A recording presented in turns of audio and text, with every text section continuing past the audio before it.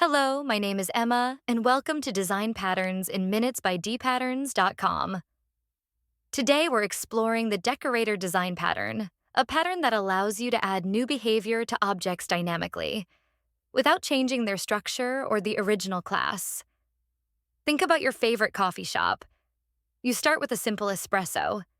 Then you can add milk, foam, chocolate, caramel, or even whipped cream. Each addition enhances the drink without changing the basic espresso itself. That's exactly how the decorator pattern works in software. It lets you take an existing object and wrap it with new functionality at runtime, without modifying the underlying code. The key idea behind the decorator pattern is composition over inheritance. Instead of creating endless subclasses for every combination of features, like espresso with milk, espresso with chocolate, and espresso with milk and whipped cream, you simply wrap objects around each other. Each decorator adds something new while still behaving like the original object. In programming, this pattern is often used to extend the behavior of classes without touching their source code. For example, in a graphical interface, you might have a simple text view. You can then wrap it with the scroll decorator to add scrolling, or a border decorator to add a border. Each decorator enhances the object while maintaining the same interface so they can be stacked in any order.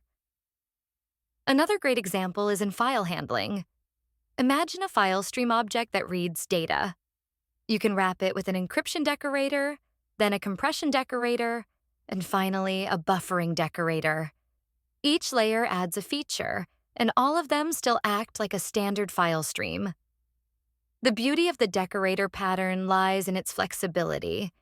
You can easily mix and match behaviors at runtime, and you avoid a rigid class hierarchy that's hard to maintain. However, there's also a trade-off. Too many decorators can make debugging harder, since you have multiple layers of wrapping to trace through. The key is to use it when you need flexibility and modular feature extension, not as a default solution for everything. To summarize, the decorator pattern lets you dynamically attach new behavior to objects by wrapping them in decorator classes. It follows the principle of composition over inheritance, keeping your code clean, modular, and easily extendable. Thank you for listening to Design Patterns in Minutes with me, Emma. For the full explanation, examples, and diagrams, visit dpatterns.com.